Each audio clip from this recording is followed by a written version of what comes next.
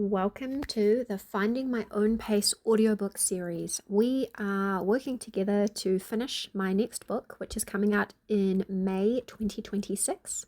And it's absolutely everything I've learned in this journey over the last 14 years, going from moderate to mild symptoms with many little misdirections along the way. This is episode 5, Chronic Fatigue. Now, this is going to be a big one, so I'm going to have to make the call somewhere along the way whether or not this needs to be divided into two parts. But let's jump in. Fatigue is a complex and multifaceted symptom. The fatigue associated with hypermobility, fibromyalgia, and other pain conditions can be debilitating, especially when coupled with insomnia or long-term sleep issues. But the fatigue of ME/CFS is something else. I'll distinguish if I share a strategy that should be approached with caution for a person with ME/CFS. Fatigue is something everyone experiences, but chronic fatigue is something else entirely.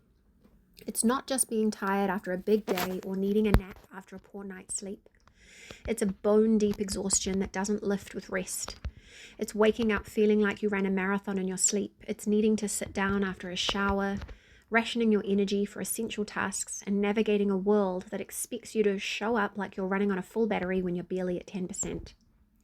For many people, chronic fatigue is a primary symptom of a larger condition like ME/CFS, fibromyalgia, long COVID, endometriosis, Lyme disease, or autoimmune conditions.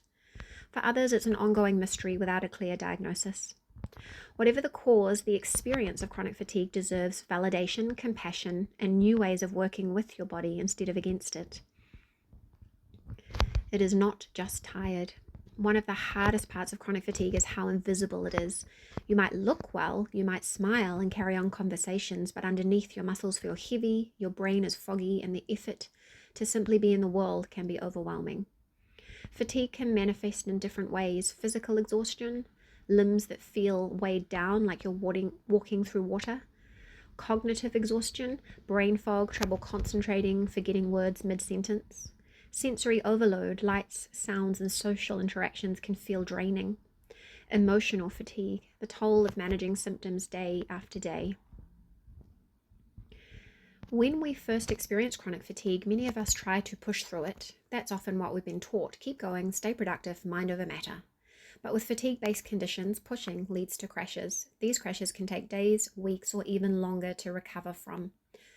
I know for my entire 20s, I was told to get on with it, and I tried so hard to be normal, and I got sicker and sicker, and I ended up burnt out on top of the chronic fatigue. The key shift is pacing. Pacing means planning your activity to stay within your energy envelope. It means taking breaks before you feel exhausted, spacing out demanding tasks, listening to the early warning signs like brain fog, muscle heaviness, or irritability. But to be fair, finding those early warning signs can be very difficult when you live with these symptoms at all times. And balancing your movement or activity with your rest. This doesn't mean you stop doing what you love, it just means you try to find sustainable ways to do it. I use pacing tools like a symptom tracker to notice my patterns.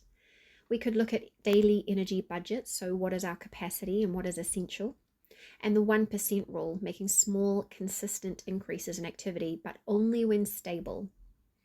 If you haven't yet, check out the symptom tracking chapter for ideas. Rest is a practice. One of the most frustrating parts of chronic fatigue is that rest doesn't always feel restful. You lie down, but your body still feels wired. You try to nap, but sleep doesn't come. You cancel plans and still don't feel recovered. This is where restorative practices like yoga nidra, breathwork, and nervous system regulation become essential. I often describe yoga nidra as resting with guidance. It creates a deep sense of calm and can help bring the body into the parasympathetic state, the part of the nervous system that's responsible for healing and restoration. It is the only way that my body ever gets into a restful state in body and mind. It helps with my fatigue and with my pain. But we'll talk a lot more about that in the chapter about it. Breath work, especially slow exhales, candle breath, or box breathing, can help shift the body from a stress state to a rest state. Rest isn't just lying down, it's learning how to support the body's recovery systems in ways that go beyond sleep. We'll talk in much more detail in our pacing chapter, but it's little things that I changed from simply powering down in a chair but not really resting to taking more efficient rest breaks. Grieving what's changed, living with chronic fatigue often means adjusting your expectations, routines, and sometimes your identity. It's okay to grieve what we've lost, whether it's our job, our hobbies, our sense of independence, or simply the ability to feel refreshed after a good night's sleep. Grief isn't a failure, it's a normal part of the journey. So is adapting, so is finding new rhythms, so is realizing your worth isn't tied to your productivity. You are still you. Fatigue might limit your energy, but it doesn't define your spirit. You are still creative, kind, funny, thoughtful. You are a whole person, even if you spend more time resting than doing. You're allowed to do less. You're allowed to say no. You're allowed to take care of yourself first. And I know that these are hard lessons, and I'm not entirely there myself. Even when the fatigue feels endless, you are worthy of love, rest, joy, and belonging. Understanding post-exertional malaise when effort comes at a cost. If you've ever felt like you are finally having a good day, did something normal like a gentle walk or a social outing or a bit of cleaning, only to crash hours or even days later, then you've experienced post-exertional malaise. Post-exertional malaise, or PEM, is a hallmark symptom of ME/CFS, but it also shows up in people with long COVID, fibromyalgia, and other chronic illness conditions that involve fatigue. It's often misunderstood, even by well-meaning health professionals, but once you know what it is, you can begin to work with your body more gently, using strategies like pacing and symptom tracking to reduce its impact. PEM is a delayed worsening of symptoms even after minor physical, mental, or emotional effort. It's your body reacting to exertion like it was a trauma. Common signs of PEM include extreme fatigue beyond your usual levels, muscle pain or flu-like symptoms, worsened brain fog, increased light and sound sensitivity, trouble sleeping or feeling unrefreshed by sleep, mood changes or increased emotional sensitivity. PEM symptoms can appear immediately, but they can often appear 12 to 48 hours later, which can make it tricky to connect the dots. That's why journaling and symptom tracking can be so helpful. They make those delayed patterns easier to spot. I want to be clear here, it's not about deconditioning. One of the most harmful misconceptions around PEM is it's just a sign you're deconditioned or you need to push through. PEM is not normal fatigue. It's a biological response where exertion causes inflammation, oxidative stress, or immune system dysregulation in people with these conditions. This is why programs like graded exercise therapy have caused harm for many people with ME/CFS. They ignore post-exertional malaise and can make symptoms worse. Healing with PEM means respecting your limits, not constantly pushing them. Pacing to avoid crashes. Once you recognize PEM as a pattern in your life, the most helpful strategy becomes prevention, and this is where pacing comes in. Use your energy envelope, your safe zone of energy that doesn't tip you into PEM.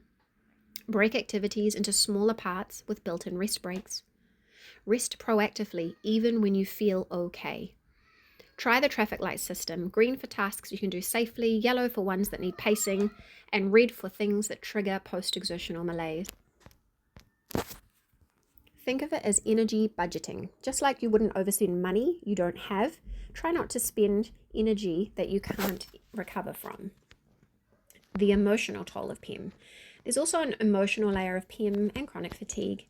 When you've been looking forward to something, managing a bit more activity than usual, or even just functioning slightly better, and then a crash comes, it can feel devastating.